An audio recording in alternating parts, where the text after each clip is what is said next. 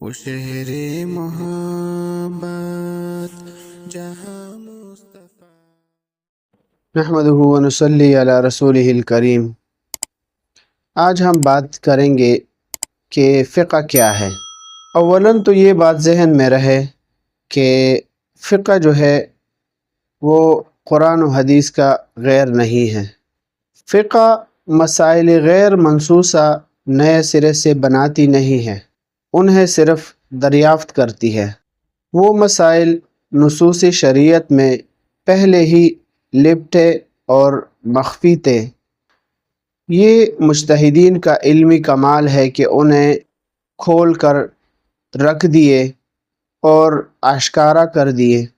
Science نے ذرے میں کوئی طاقت پیدا نہیں کی، ایٹم میں یہ طاقت پہلے سے موجود تھی اور مخفی تھی۔ سائنسدانوں نے اسے دریافت کر کے ایٹم بم بنا دیا۔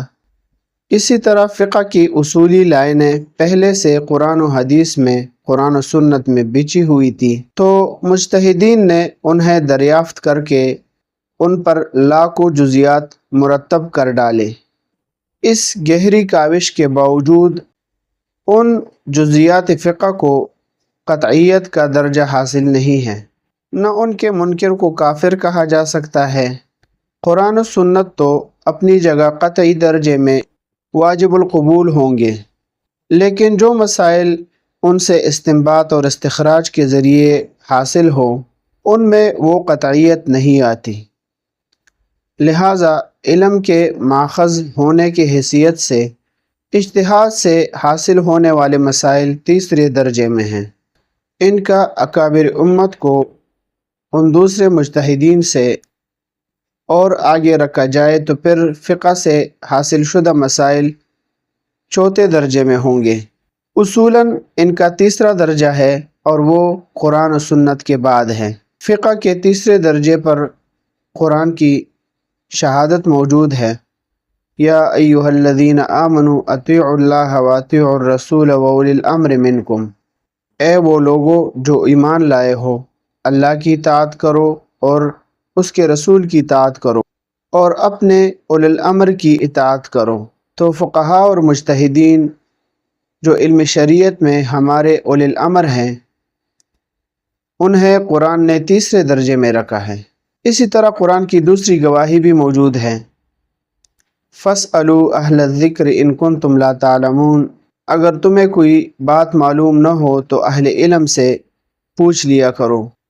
اسلام میں علم کا اصل سرچشمہ قرآن اور سنت ہے۔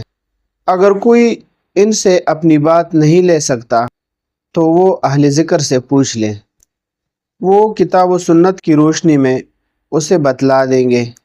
لہٰذا ان کی بات تیسرے درجے پر رہے گی۔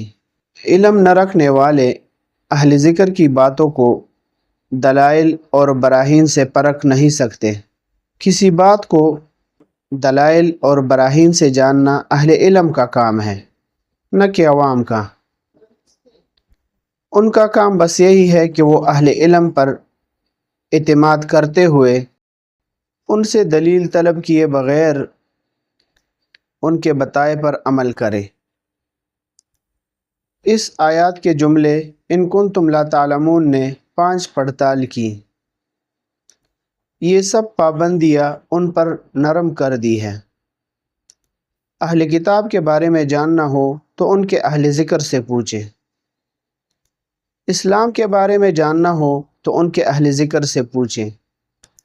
اہل ذکر کا لفظ عام ہے جو دونوں کو شامل ہے۔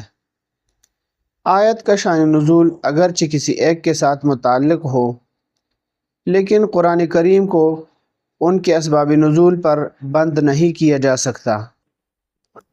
علماء اسلام پہلے سے بھی اس آیات سے ائمہ اربعہ کی تقلید پر استدلال کرتے رہے ہیں۔